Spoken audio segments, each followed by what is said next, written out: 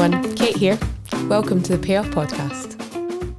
In this episode, we sit down with Shelley Laslett, CEO and co-founder of Vitae. Shelley has always had a curiosity and passion about people and the way that people think. She kicked off her career as an innovation and strategy consultant and later returned to uni to study a master's in neuroscience. So, merging her consulting experience with her studies, Shelley founded Vitae, which uses technology and applied neuroscience to help people and businesses reach their full potential. Listen on for some fascinating advice on reprogramming your brain for change, finding your path, and enhancing your productivity and capabilities at work.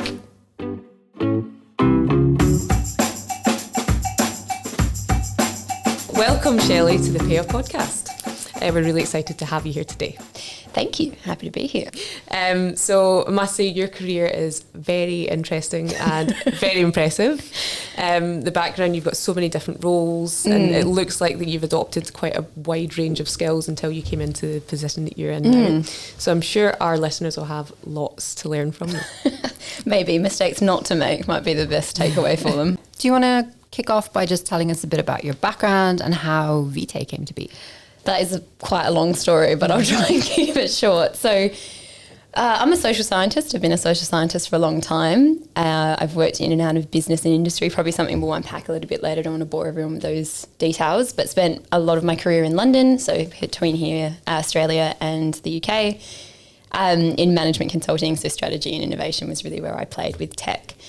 But when I moved sort of more VC side, so venture capital side into corporate venturing, I was quite frustrated by the overlooking of human behaviour and the human side of investing. And what I mean by that is overlooking the individuals that were set with the task of running that business and scaling that business and simply looking at the problem and what they were looking to solve with their product or service in isolation from their behaviour. And that was quite a tense realization because I would constantly come up against it. That doesn't matter how they behave, it's what they're going to do. And I'm like, well, how they behave actually determines what they're going to do. And I was sort of stuck with my social science knowing, but I didn't have what you would say is like hard science. So I'm inverting commas because people can't see, obviously, but it is hard science. And that's what really pushed me back into going back into doing further study and moving into postgraduate research in neuroscience, but mainly behaviour. So how that comes to Vitae is that's what Vitae really does. We bring science, behavioural science, neuroscience, cognitive social science out of the lab, so from research and into a practical application to help individuals scale themselves and grow themselves and also then grow their businesses. And so I think the research really sort of dovetailed and united my love as a social scientist for people and why we do and what we do and all those sorts of really curious, fun questions that are quite esoteric and often have no meaning, but are really important to furthering us and really my understanding and love of business and technology in terms of what it can do, because it really does accelerate our ability to be human, not replace our humanity. And a lot of people get that confused. Yeah, that's super interesting. It's kind of, it's having that human aspect and helping people to be able to use the tools to, kind of improve their way of working rather than just replace it. Yes, completely. It's an enhancement, not a detraction. And I think people get very confused about that. Like technology is a catalyst to increase our ability to do things that we're actually better at. Yeah, that's a good sentence. We're actually better at as a human. So we're not actually really good at doing like production line style performance or behaviour. So us taking the same rivet and putting it into the same joint over and over and over is actually a really poor use of the human mind. It is boring, and our prefrontal cortex, which does a lot of our human behaviour and human thinking, gets bored very easily with that task. So we use a tiny amount of our capability in a role like that. Now, if technology can help replace some of those elements, what we're allowed to do is then more intuitive thinking, creative problem solving, more conceptual thinking, which the human mind is actually very good at. I'd love to hear a bit more about that before we start talking about your career history and a bit more about Vitae. So, pardon the pun, but we'd love to pick your brain. Yeah, go for it. Bit more about neuroplasticity. Yeah. What particularly would you like to know about neuroplasticity? Could you give it, I guess because most of our listeners maybe won't have heard of neuroplasticity. You know, maybe just give us the intro, the basics, how the everyman could apply neuroplasticity to making some small changes for themselves? Sure. So neuroplasticity is based on the idea that your brain is plastic and malleable. It can be remodeled and rewired in relation to experiences throughout your lifetime. Now, we didn't used to believe this. We used to believe that we were set, and your brain fully develops. You get to that point where you get your full suite of discernment or your full suite of tools online. And then, sorry, it's a slow decline to aging. And if you manage to get damaged along the way, well, sorry, that's just the way it's going to be for the rest of your life. However, that's not true. What we know about the brain is that it is capable of adapting. It is capable of building new wiring, so new synapses that come together and connect when neurons talk to each other and they're supported by other little glial cells. And I'm going to stop there because I'm at risk of sounding like a crazy scientist. So all we mean when we talk about synapses are they are the connections between neurons in your mind that allow thoughts, processes, feelings and operations, anything to happen within your brain and therefore your central nervous system to direct your body and back again. So we can create those new connections actually at any given time based on the fact we are plastic. And this comes from the work of Dr. Mike Mazinich, who's an incredible neuroscientist and actually, has won like the Carly Prize, which is like the Nobel Prize for neuroscience. And he's one of the people that kind of put the final nail in the coffin, this idea that, are we plastic or not? And we are. And what he very famously says is that your brain is plastic until you die. Even those with disease, disorder and neurodegeneration still have a plastic mind. So we are anything but set. In fact, our mind is created for change. We are able to change our position and thoughts and processes at any given moment, but it must start with choice. And you can't change what you're not conscious of. Does that make sense? Absolutely. And even that sentiment and that is just so freeing, isn't it? Even just hearing that is so freeing because we are such slaves to our own thoughts about ourselves, aren't we? We are. And I think we sometimes hate on our brain a little bit more than we probably should. Like, it is so incredible what we are able to do with our minds. But your mind is a weapon. And like any good weapon, it can be used for incredible good or for incredible bad. And you have to be very careful with what happens within the mind because it does dictate literally everything that will happen to you in your lifetime, or at least the way that you will perceive it. It won't dictate external forces happening, but it will dictate how you perceive those external forces in relation to your actions, which you will take as a consequence. So what that really means is that you are actually in control, and you're more in control than you think you are. In fact, you're always in control, really, if you want to be. I do think it's important here to note, though, because everyone hears the statement, they're like, oh my gosh, I got this crazy plastic brain, awesome, which is amazing. But then they're like, hang on, I am by design built to change. Why is change so difficult? Like what? Because we know change is difficult to a degree. We know that we naturally resist things. And that's generally if we don't want to do it, we don't want to change enough. And the second thing is that it takes time to change. And I think this is a really important thing that we need to understand. Like with enough energy and appropriate attention to the outcome that we want, and therefore the change in our behaviour or change in our neurology or change in whatever it needs to happen to actually get the outcome we want. With enough attention, it will change, but it does take time because those connections build over time. And we all know that change is tough, but can be achieved, right? If you want it. So a lot of your roles, so you're a fitness instructor? Yeah, just for something random. You're a coach for startups and other businesses. Yeah. And you're a neuroscientist, which is crazy. But all of these roles have this kind of common thread of transformation running through them. Were you always drawn to helping people to transform themselves? And when did that first kind of present itself in your life? Oh, good question. One thing I have to say before I answer that, though, is I'm not a neuroscientist. I don't have a PhD in neuroscience, and I just need to call that out and be very clear to everyone. Postgraduate work, tick, no PhD. Right. Got to be super fair to all my poor folk who suffered through their own PhD. So, to answer your question, it's a bit of a difficult one. I've always been obsessed and interested in people. I have been fascinated by the way in which we think and what governs our thought processes from probably a very early age. I mean, I think in a child that comes across as a social person, and I would definitely say I'm in that category, but my observational capability and I guess wanting to learn about people and thinking that people matter has always been a core tenet of my personality. With change, you know, I am attracted to maybe those renegades, people that say how it is doesn't have to be how it is forever. And just because it's not great now doesn't mean we can't make it better. I would definitely be more attracted to those types of settings and those roles, because for me, doing the same thing over and over and over is not comforting. It's actually quite mundane.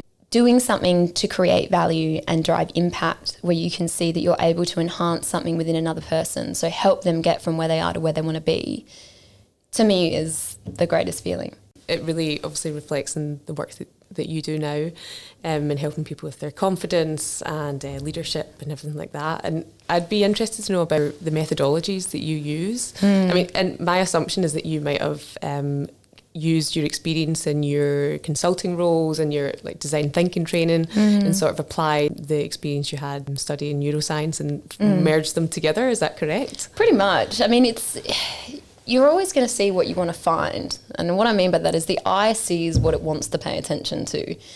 And the eye doesn't take in just what it sees directly in front of it. It takes it in relation, and the rest of your memory kind of fills in the gaps. So you're always going to find the thing that you're looking for and find the way to articulate what you're looking for. If we could bring some science into the conversation to reduce people's natural prejudices or biases or heuristics, what neuroscientists call heuristics, the conversation stops becoming about opinion, which is highly subjective, and starts becoming about outcome and result. It seems like you sort of tailor it to each client or workshop that you do, depending on their mindset and how to change that. So 100%. We know that you're also a startup advisor, so we'd like to know what advice you would give to someone who is looking to start a new business. Don't do it. No, it's so difficult. So at the beginning, and I probably would say this to everybody, you have to be obsessed with your customer problem, and you have to be obsessed with the customer. And what I mean by that is not like in a weird stalky way, but what is it that you're actually trying to do in this world? Do you just want to start a business because you want to run your own shop? And run your own business. Yeah. That's different from, I see a problem in the market and I want to use my knowledge, my talents, my capabilities to solve this problem which I know exists. So my one piece of advice towards anyone before starting a business is to think about what it is you're actually trying to solve. What value are you bringing into the world through your product or your service, and who is it going to serve? And if you are not clear on that, don't move anywhere. My second piece of advice is don't take the leap until you are clear on that. Keep your idea, your business idea, as your side hustle, and do everything you can to test and validate before you let go of that main sort of lifeline of income, because doing the work of starting a business under pressure with minimal cash flow is not going to lead to a good outcome. You're going to cut corners, you're going to be stressed, and therefore you're not going to make the best decisions. Yeah, it's something that I feel like there's this trend of entrepreneurs who their goal is to make X amount of money before they're a certain age. And it makes me like, I am like shed a tear every time I read that, because I'm like, it's so counterintuitive to building a good business. Because like if I was an investor in a company like that, I would be thinking like, how many corners are you going to cut so you can make X, Y, and Z before? I mean, we've got to have goals, right? But I think there's a little nasty trend of that sort of way of thinking going around. Yeah, it sometimes does attract. Yeah, great. That's really good advice. I listened to a fantastic interview you did with Diffusion Science Radio recently. And in that you talked about how the us and them mentality can be really damaging and a massive problem for everybody in the world, not just for workplaces. Oh, yeah. I was wondering, we often see that can present itself in business environments, because you've got, you've got sales teams who can be really charismatic and out there, and then you've got, tech teams who can be introverted, or, how do you have any advice for managers, for people managers, on how to kind of stop teams from becoming siloed and developing that, us against them attitude? Yeah, look, it is a really common thing, and it's a normal human behavior as well. I think we should be really clear about, any strength overplayed becomes a weakness. And as a species, that is one of our strengths, that we're incredibly evolved social creatures. And we have to be really careful about not letting that become that distinguishing line becoming the battle line. And what changes it from becoming a battle line to just a clarification is how we deal with it. So my piece of advice there is you have to meet people where they're at, but be very purposeful about the culture that you are creating. And that starts with behaviours. So I think most of us like have company values, but they're pretty much just these random things that sit on the wall, maybe some cool little funky paraphernalia or on swag somewhere that we own. But values, like from a neurological level, actually determine what you're attracted towards and repelled from. So what behaviours you're likely to be attracted towards, you select as in-group, and what behaviours you're likely to be repelled by and therefore make you feel out of group. Now, from a culture perspective, culture is the responsibility of every single person that lives within that culture. It is not just the culture and people team. It's not just the CEO. So being clear about not having an us and them behaviour is about making it clear that we don't accept it. And how we make it clear is to talk about the collective and the outcome we're all trying to achieve as a company. Now, you can't change anybody else's mind but yours. So you make it very clear in your communication as a leader. We are one team. We fail together and we succeed together. Now, we know that naturally we select in group. You have friends, you have family that are your group. Sometimes we don't want them to be, but they are. But generally our friends are people that are like us, right? Yeah. You're actually very rarely friends with people that aren't like you or share similar opinions to you. Work is an artificial creation where you're forced to be in this in-group situation where often there are people you wouldn't normally select in your tribe. So in the constructs of an organisation, you have to really tease out the levels of culture by meeting people where they're at and being very clear on what is the united vision. It's how you translate that for the person acting day to day. So how their values and how talents are going to contribute towards that vision, you're using an empowering conversation to do so. Amazing. Does that make sense? Yeah, that's such powerful advice. It's great. Yeah. Thank you. Really interesting. I think that's something that would be really good advice for a manager as well, and being able to sort of explain a situation to two different employees. They might have completely different personalities. It's definitely great advice to try to kind of understand their motivations before you're like judging and getting frustrated. Yeah. So you do a lot of work with helping improve people's confidence and leadership. I imagine that you might have had some lows in your career. How long's the podcast? Obviously, you teach people about gaining those highs, but can you tell us about a time that you've experienced self-doubt or anything like that and how you've overcome it?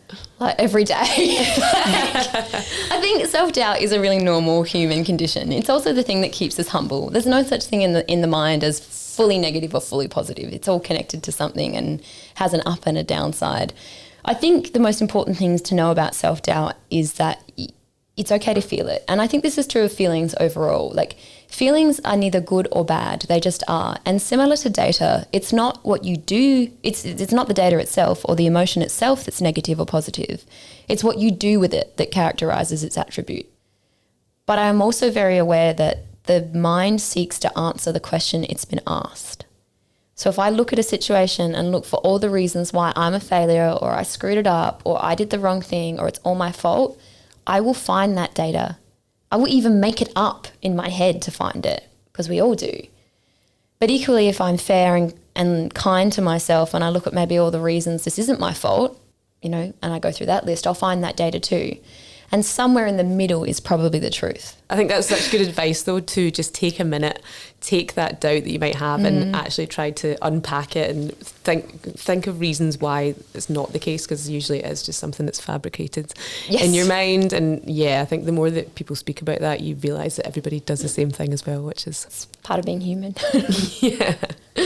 So I know you're really big for allowing people the space to sort of work in creative ways and use their imagination. And part of that is sort of like encouraging remote working as well. Is that, would you agree with that? To a degree. To a degree. Yeah. Do you think there's any tech tools out there that can sort of help us to be more creative in the way that we work? I kind of got two perceptions on this, but I do think that if technology and the tools around technology encourage you for creativity, then go for it. I mean, we've kind of been doing that for centuries. Like musical instruments are just outlets of creativity that already exists, right? Like art and paint and sculpturing, which has been around for centuries, are just extensions of the creativity that already exists in ourselves. And the tools which we've engineered to create those sculptures, again, start from within our own mind. So I think if the tool or the technology tool is an application that allows you more creativity, or you feel like it does, then great. However, I don't think your creativity is dependent on that tool. Yeah. And I do think yes to remote working, but it is, I kind of sit on the fence with this one because, you know, I'm a social scientist. We need people. We need connection. We need connection as much as we need sleep and exercise for a healthy mind. It is a precondition to being sane. Isolation to the human mind is an incredibly damaging thing. So when I say remote working, I'm like, yeah, yes, but people need people. We need connection as Anyone well, that's worked from home will tell you like, oh yeah, it's really great, I'm going to work from home, like first 2 months. 4th month in, oh, I'm going to go sit in the cafe, hope someone talks to me today, or like, you know, whatever it is. We need that connection. So I do think if you are going to run a remote workforce, that's great, but you do need to have, these are the points that we will come together and we will all be in the same spot, because the bonding that happens with people in person is so much stronger than anything you can replicate digitally still. Yeah, even that's very still. true. But I love working from home. I just love it. I think you are slightly more productive. Like offices aren't necessarily the best spaces to be productive. Like there are things that I cannot do in the office that I need to be at home, especially if I'm in like crazy researcher mode. I'm like, don't talk to me. I just need to do stuff. But you do need people. So even if you're in your home environment, you've got like a dog or people or whatever, you know, that is a good thing. Company. But if you really want to understand someone and you want to build a bond with them and you want to intimately work with them in a sense of build a great team and a great culture, you either have to be hyper aware of the digital communication that's going on and responding for it, and therefore do other things to create the culture. So benefits, rewards, people, things that make people feel recognised, you know, we have live stream on or whatever it is, right? But the bringing together of people is the most important. And you see in big organisations where there's an inability because there's so many employees to bring people together in the one event at the one moment, that's where we get a lot of us and them. That's so true. In my previous role, such a large company, and there was so many different departments, and they'd all have their own separate parties, and they had their separate seating arrangements, and you don't really know how the other side works whatsoever. So that's really true. Yeah, it's funny actually being here at Keepay. Like this is one of the most unsiloed businesses I've ever been in, where I feel like people here are actually really, really connected despite all being online all the time, which is crazy. But I do think that's more about the fact that we're all working to a common goal here, and that's the underlining thing that sort of brings us all together. And that stops us from getting siloed. Like nobody's ever knowledge hoarding or there's no politics at all. You know? We're also reminded a lot that the work that we do is what's important, and what's like the customer is also very important, but the employees are achieving that success. Yeah, definitely. I think the fact that we're all reminded about that really helps 100%. us connect. Yeah, and like being here, I've never ever heard somebody in this workplace say like, "Oh, that's not my role." Like that's like, you know, if there's a problem, it doesn't matter where that sort of falls. Like whoever's available and has the tools to fix it jumps in. On it. Just jumps on. It's important. Would you say that there's a lot of trust in the culture? Yeah, 100%. Yeah, big time. Trust is number one. Yeah. You can't actually do anything without trust. Going back to something you were saying earlier, if you put those values out there and you make them known, it's like people tap into qualities that they already have that may not always be super exposed, because that's what the culture is. And you know, that sense of, it builds that sense of belonging as well. You're saying it's a safe space. And this is why we accept bad behaviour, because in a culture, if it's not called out, what you're basically saying to everybody who's in that workplace is this is okay. So when people talk about, oh, that's just, you know, how we do things around here, it's like, no, that's a choice. Like, but also if one person calls it out and then another person calls it out and it comes out now, it creates a movement. Now we don't have to look very far to see how much of that is happening across the world today.